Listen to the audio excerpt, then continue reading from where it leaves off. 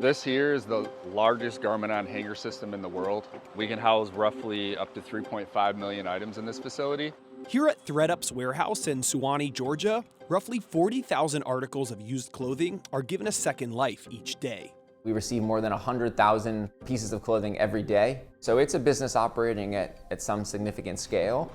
ThredUp isn't a thrift store. It's a resale platform built like a tech company, part logistics network, part e-commerce site. We do all the work for you. We let buyers shop like they would shop anywhere else on the internet. Gen Z shoppers have been driving the rise of secondhand fashion. Now, rising prices and new tariffs announced by the White House earlier this year are pushing even more Americans to follow their lead. The global secondhand apparel market is expected to reach $367 billion by 2029, growing almost 3 times faster than the overall global apparel market. More people, of course, are turning to these resale platforms to find ways to save money on their fashion purchases, while other people are going to these platforms to sell their items so they can earn a little extra income in order to offset some of the other rising costs. And now AI tools are making it even easier for shoppers to buy secondhand. Fashion tech startups like Phoebe Gates and Sophia Kiani's AI shopping tool, Fia, are reshaping how people shop. The next wave is taking all of this search data and all that we're learning from our users to start to personalize their results and move towards a discovery feed for each and every user. CNBC got a behind-the-scenes look at ThredUp's operations to learn more about how new AI tools and tariffs are boosting America's secondhand market.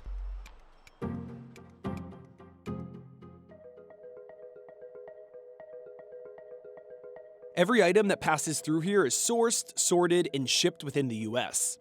No imports, no overseas supply chains. ThredUp is really easy to use. So for sellers, we send you a clean out kit. You fill it with all the things that you're no longer wearing. You put it where your mail gets picked up. And then we go to our distribution centers. We process all of your clothing. Once the items have finished their photography over in studios, they're actually on their way up to the mezzanine so they can get put away into one of our put away carousels.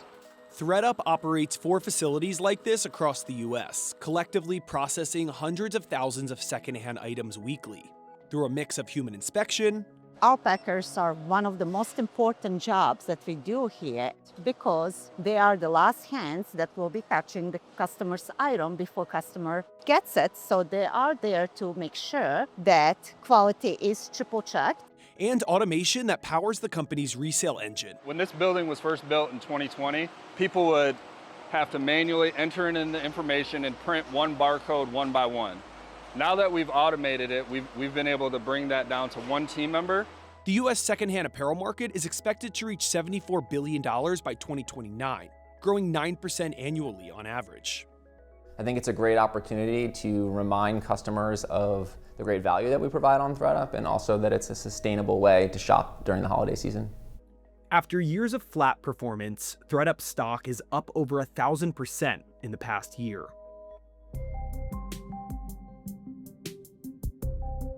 President Trump's tariffs were billed as a way to bring manufacturing back home. But the measures hit one of America's most import-dependent industries, fashion. About 97% of clothing sold in the US is imported, mostly from China, Vietnam, Bangladesh, and India. Our reliance on products from overseas is being severely impacted by tariffs. And that's sort of the existential threat that the industry is sort of grappling with now. How much price elasticity is out there for a consumer that's pretty exhausted from an inflation standpoint? Prices were rising. We started to see them come down a little bit in the second half of 2024, but in the past 4 months, prices turned and started to go up again. So consumers are really looking for how can they save. We're seeing this overall mentality shift. We look at resale, dupes, fast fashion, even private brands. Like consumers are shifting to these options, but they're not seeing them as a trade down. They're really seeing them as being just as good. That shift is showing up across resale platforms. ThredUp reported that revenue grew 34% year over year in its third quarter 2025 earnings. It also said that it acquired more new customers in the third quarter than any other time in the company's history, with new buyer growth up 54% from the same period last year. Depop and OfferUp are also seeing similar momentum, and even Amazon is betting on pre-loved fashion. We're also seeing an increasing number of sellers as people are looking to offset some of the rising costs, earn a little extra income. If you start seeing higher prices flow through from tariffs, it would follow then that resold items could do one of two things. They could just allow demand to theoretically flow through by keeping their current pricing, right? Because that value spread would open up even greater. Or they could take their prices up and just maintain the same, percentage spread to a like item, full price like item. And both are significant benefits to resale platforms. But ThredUp isn't the only one changing how people shop. One of the newest players in resale, Fia, is using AI to take that idea even further. Founded by Phoebe Gates and Sophia Kiani, Fia compares thousands of listings across retail and resale in seconds, helping shoppers find the best deal, either new or used. Well, we work with both secondhand partners and also retail partners. We have tens of thousands of users transacting, and it proves that we are really solving a pain point for our consumers. AI has really accelerated, I think, the adoption of secondhand. I think consumers are going to benefit. It's going to bring more people to shopping secondhand.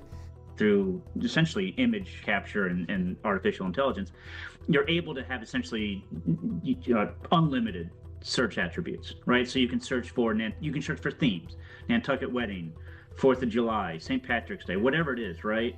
And that will bring you a broader universe of items. AI has the potential to really transform the way that people are shopping online. Right now, AI has become an important discovery and research tool for shoppers. We're seeing more of them turn to AI chatbots for product recommendations, and many of these companies are looking for ways to try to monetize that behavior. Younger shoppers really are the driving force behind the growth in fashion resale. Gen Z and millennials both value affordability and sustainability in their fashion purchases, and these things tend to be at odds. If you think about fast fashion, for example, it tends to be a cheaper option, but not a more sustainable option. Resale really hits on both of those fronts. So buying secondhand clothing items is both a cheaper and more sustainable option. By 2029, new shoppers will account for 60% of all secondhand spending, and younger generations for nearly 70%. I think that idea of value, it's not just a one size fits all. It looks different. It's a different equation for each consumer. So it's really, for brands and retailers, it's about understanding, well, for my consumer, for my core demographics, what does that value equation look like, and how am I checking those value boxes? The stigma around secondhand clothes really died with the baby boomer generation. And now you're seeing much younger cohorts really take to and adopt and even seek out these resold platforms. Resold goods offer tangible value. For retailers, that shift could be long-term, with some saying it could be the new center of American fashion. I think the future of fashion will be more sustainable than it is today. And I think consumers are going to have more choices to reflect their unique personalities. And I think secondhand is going to be a big part of that.